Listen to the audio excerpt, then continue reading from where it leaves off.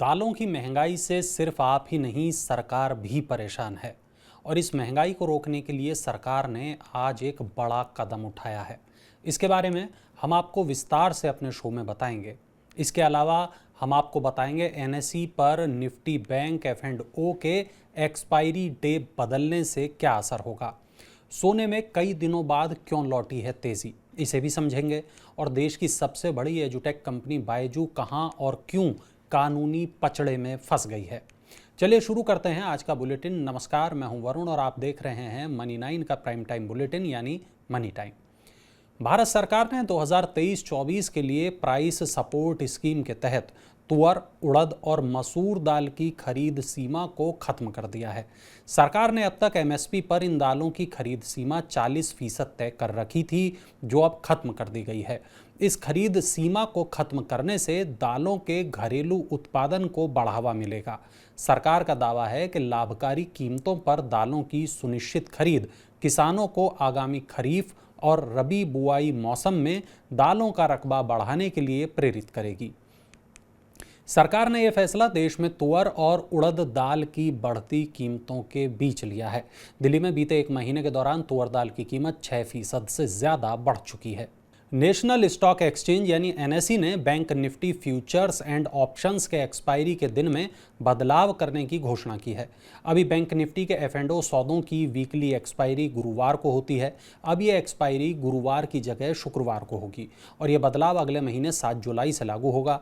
NSE देश का सबसे बड़ा डेरिवेटिव स्टॉक एक्सचेंज है। गुरुवार को एक्सपायर होने वाले सभी मौजूदा कॉन्ट्रैक्ट 6 जुलाई को दिन के आखिर में एक्सपायर होंगे। फ्राइडे की पहली एक्सपायरी 14 जुलाई 2023 को होगी। इस बदलाव के बाद एनएसई में सिर्फ सोमवार को छोड़कर हर दिन F&O की एक्सपायरी होगी। चार्टर्ड अकाउंटेंट्स और 12 सरकारी बैंकों ने अगले 3 महीने में एक पोर्टल शुरू करने का प्लान बनाया है।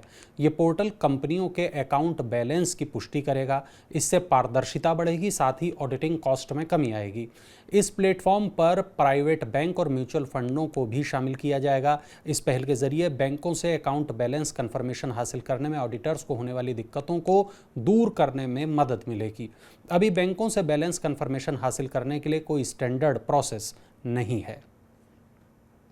वैश्विक बाजारों में बहुमूल्य धातुओं की कीमतों में तेजी के बीच दिल्ली सराफा बाजार में मंगलवार को सोने का भाव 375 रुपये की तेजी के साथ 60,775 रुपये प्रति 10 ग्राम हो गया। चांदी की कीमत 50 रुपये की गिरावट के साथ 72,950 रुपये प्रति किलोग्राम रह गई।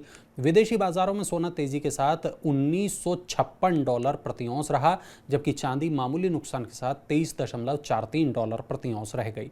अमेरिका में महंगाई के अभी तक नियंत्रण में न आने की आशंका से निवेशक चिंतित हैं और सुरक्षित निवेश के लिए फिर एक बार उन्होंने सोने की तरफ रुख कर लिया है।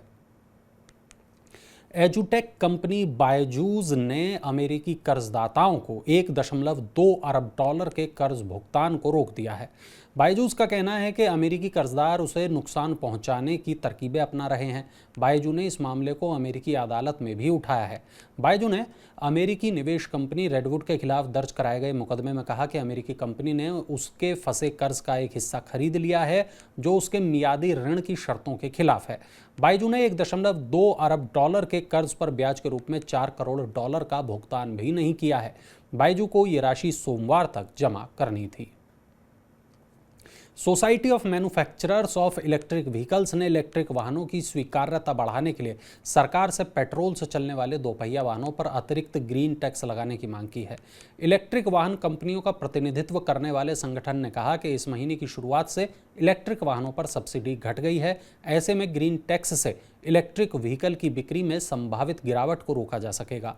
प्रदूषण फैलाने वाले पारंपरिक दोपहिया वाहनों पर टैक्स में 1% की वृद्धि होनी चाहिए।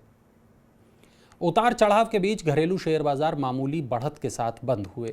बीएसई सेंसेक्स 5 अंक की मामूली बढ़त के साथ 62,792 अंक पर बंद हुआ। एनएसई निफ्टी भी 5 अंक बढ़कर 18,599 अंक पर पहुंच गया।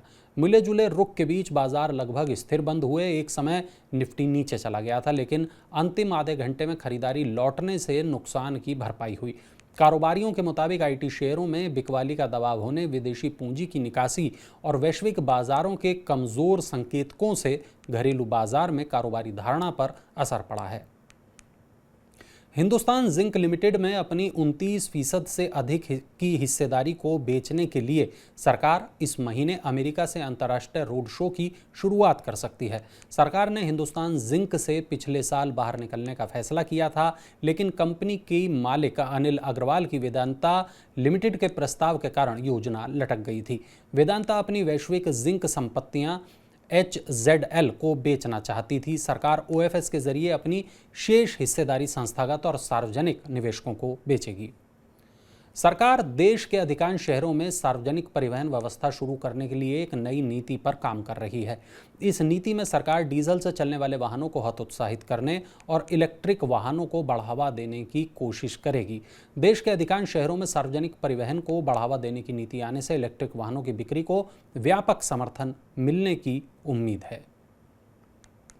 भारतीय रिजर्व बैंक की द्विमासिक मौद्रिक नीति समिति की बैठक मंगलवार को शुरू हो गई है। ये बैठक ऐसे समय में हो रही है जब विशेषज्ञों का अनुमान है कि खुदरा महंगाई के मोर्चे पर राहत मिलने के बाद रिजर्व बैंक आर्थिक वृद्धि को बढ़ावा देने के लिए रेपो रेट को 6.5% पर यथावत रख सकता है। Reserve bank governor Shaktikanta Das की अध्यक्षता वाली 6 सदस्यीय MPC की बैठक के नतीजों की घोषणा 8 जून को होगी। आदित्य बिड़ला समूह ब्रांडेड आभूषण के खुदरा कारोबार में प्रवेश करने जा रहा है। समूह ने इसके लिए 5,000 करोड़ रुपए का निवेश करने की घोषणा की है।